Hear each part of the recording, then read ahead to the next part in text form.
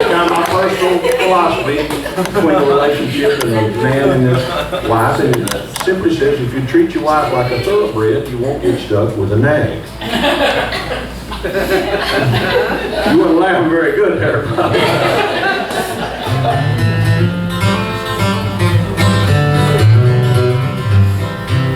Well, I'm always good to my wife. She's a bright spot in my life. Amen. Loving her ain't hard, so I'll let her mow the yard. She's a level-headed woman. She's raised here in the South. And I know she's level-headed because the snuff runs out of both sides of her mouth. That's why I treat her like a thoroughbred, so I won't get stuck with the nag. She'll cook and clean and wash the clothes, and I won't be holding the bag. I'll let her use my rod and reel, even adjust the drag. And I treat my wife like a thoroughbred, so I won't get stuck with a nag.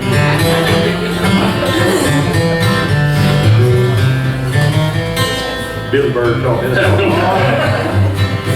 Now share the TV clicker and always wipe your feet.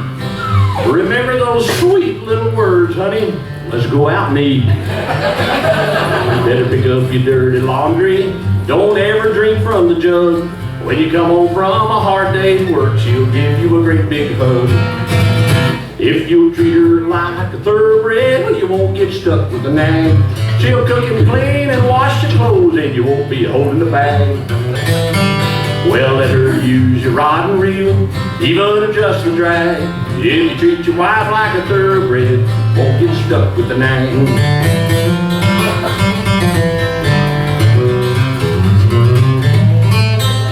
That didn't really go in there, did it? I just liked it. Now, this last verse is powerful romance. Old Jesse won't lean over and gnaw on somebody's earlobe when he hears it. Now roses, they are red, and violets, they are purple. Sugar sure is sweet, just like maple syrup. So while we're talking sweet, my wife, she's the best. Well, she doesn't even make no more fun all the white hairs on my fallen chest. That's why I treat her like a thoroughbred, so I won't get stuck with the nag. She'll cook and clean and wash the clothes, and I won't be holding the bag. Well, I let her use my rod and reel, even adjust the drag. Help me out, y'all. I treat my wife like a thoroughbred, so I won't get stuck with the nag.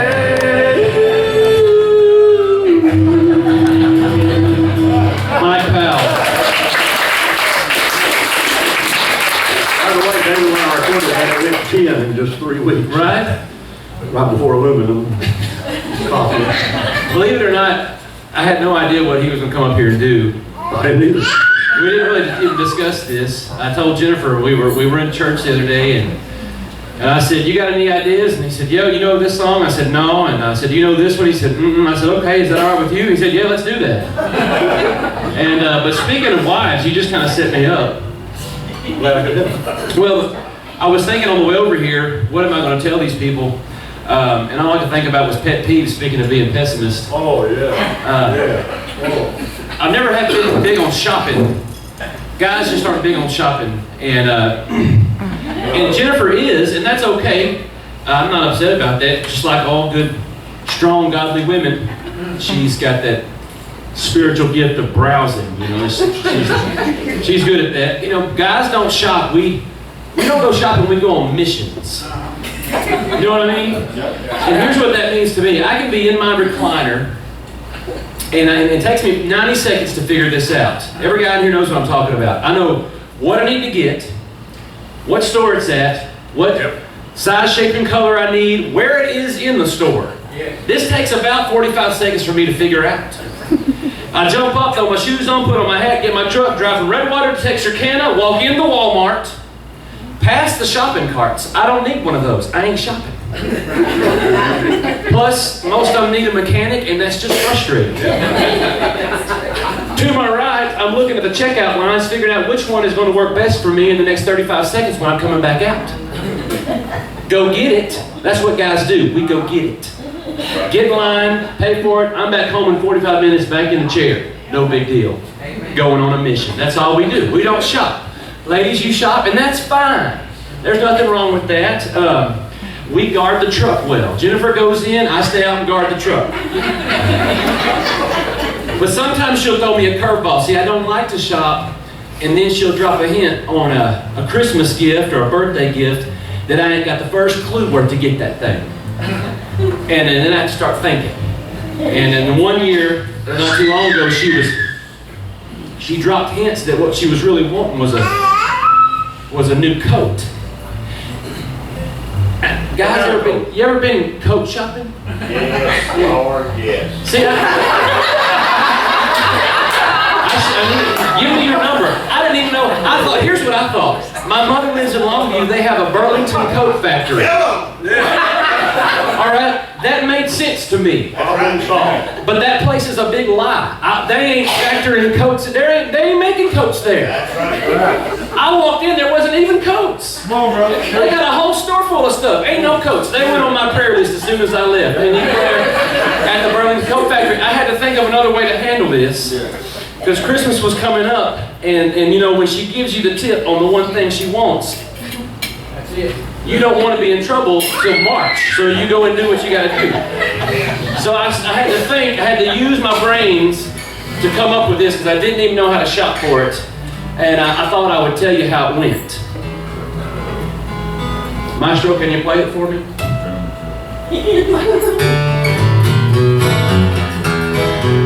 Promise me, we didn't plan this out at all. Don't try this at home. Well, all of her friends have got one. Now Jennifer wants one too.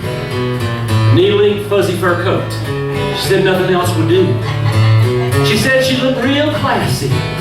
Make me proud of her. If I just break down and buy her a fur. Well, that kind of got me to thinking. How am I going to swing this kind of deal?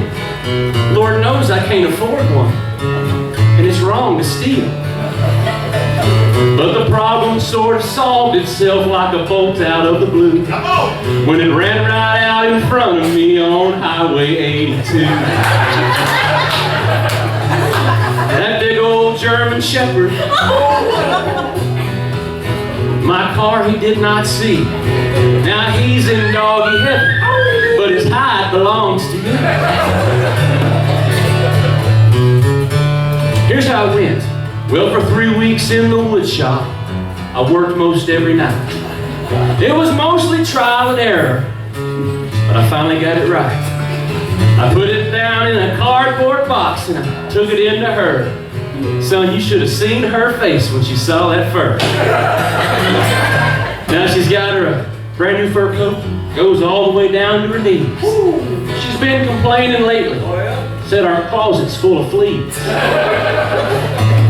She don't know old Fido is wrapped around her tight. Shoot, she's putting on the dog when she goes out at night. Well, she's been a little depressed here lately, since I backed out over the cat. I think she's going to feel much better when they give her this new fur hat.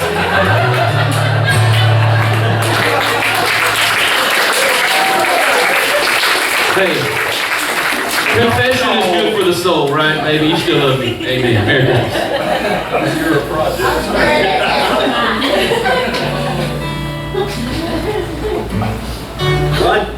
You're next. Yeah, quit complaining.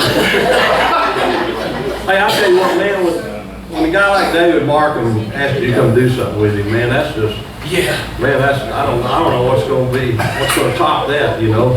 I got a lot of respect for David, and those of you who know him know God has gifted him in so many different ways. And we get to be in the same church body. It's just really amazing out there. But I've had an extensive background in bluegrass music. I know y'all had the Hartley family in here last night. Yes, they did. A lot of the old bluegrass songs are kind of sad. We call them dead mother songs, you know. And I can do this, Dave. You don't mind if you can help me hold the chorus. You know, I'd be forever I'll try my best. All right. See if I can get myself together and do this. Grab a handkerchief. And bring a tear to a glass eyeball.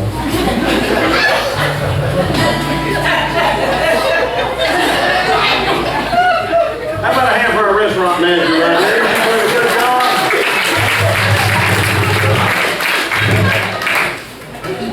I was in Boston a few weeks ago. I had a trip to Boston, Massachusetts. New Boston. No, Boston, Mass up there. Old Boston. Y'all ever been up there? They're not friendly. Oh, Lord, they talk funny too.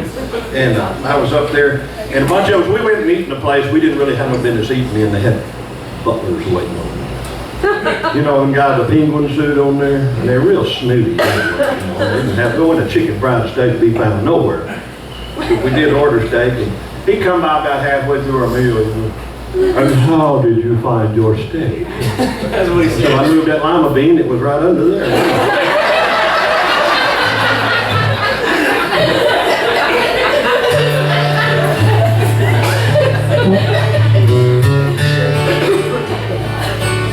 Last night Mama called us all to her bedside. Said, children, I'm tired and I'm suffering and weak. Well, it won't be too long. I'll be called to heaven. And then she closed her eyes and she went right to sleep. We waited all night, but Mama kept breathing. Well, we all stood around with big tears in our eyes. Then Mama woke up. Yeah, what did she do? In time to cook breakfast. Well, it's hard to be sad because Mama did not die. No, Mama's not dead. She's just playing possum. Her soul is at rest in her rocking chair. She's found a new way to get some attention. Oh, yeah. No, Mama's not dead. She's just playing possum. Then Mama came down. Sing it, Mike. With gallbladder trouble. Well, she thought she heard angels in the hospital room. But it was only the nurse on the intercom system. He was checking to see if her bedpan was full. No, Mama's not dead. She's playing possum. Her soul is at rest in her rocking chair. She's found a new way. Yes, she has. To get some attention. Bless her heart. No, Mama's not dead. She's just playing possum.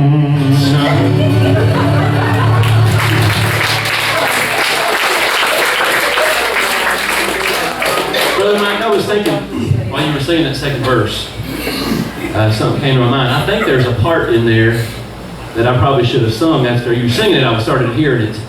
And I think it might take this song to a brand new level. Want to do it again? Will you do that second verse on through to the end and let me try? All right.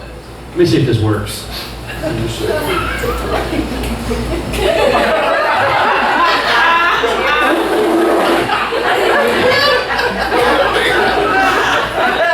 Gross.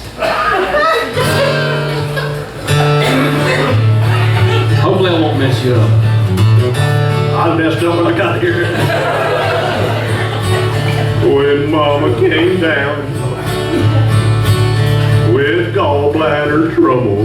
Gallbladder trouble. Thought she heard angels in her hospital room. Gallbladder angel. Only the nurse on the intercom station. A gallbladder station. Now I need to check it, see if her bedpan was I full. think that works better. Let's do the chorus. No, Mama's not dead. She's just playing possum. Gallbladder possum. In her rocking chair, in her rocking chair. She's found a new way Yes, she did.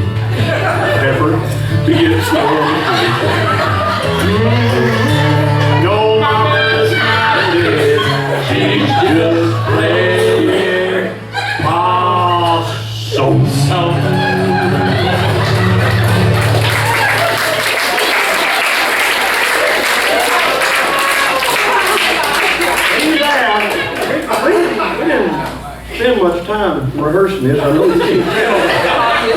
And that was So we felt some magic, though. true. Yeah, there's We chemistry. met with a guy, we call him a financier, we called him a sucker. He was thinking about making an album, you know, as people that give money away, that don't have no better sense. And so the guy, Chip Bricker, set the meeting up with us to meet this guy for lunch. But he said, now whatever you do, this guy's real sensitive, and be careful because he don't have any ears. And whatever you do, don't say nothing about it. Don't call attention to it, man, or the deal will be off, you know. Right. So we was in there, and we was sitting there eating, looking down like this, so we wouldn't look at him.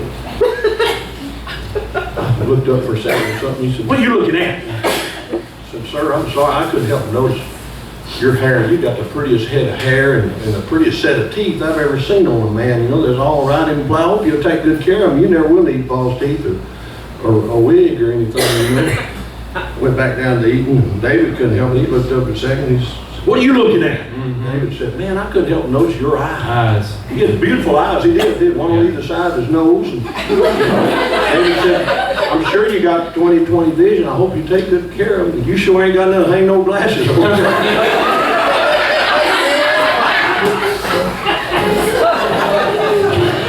You never know what's coming, do you? Now, speaking of not knowing what's coming, Come on. stupid sounds. You ever notice the stupid commercials? No. I was sitting down there last night.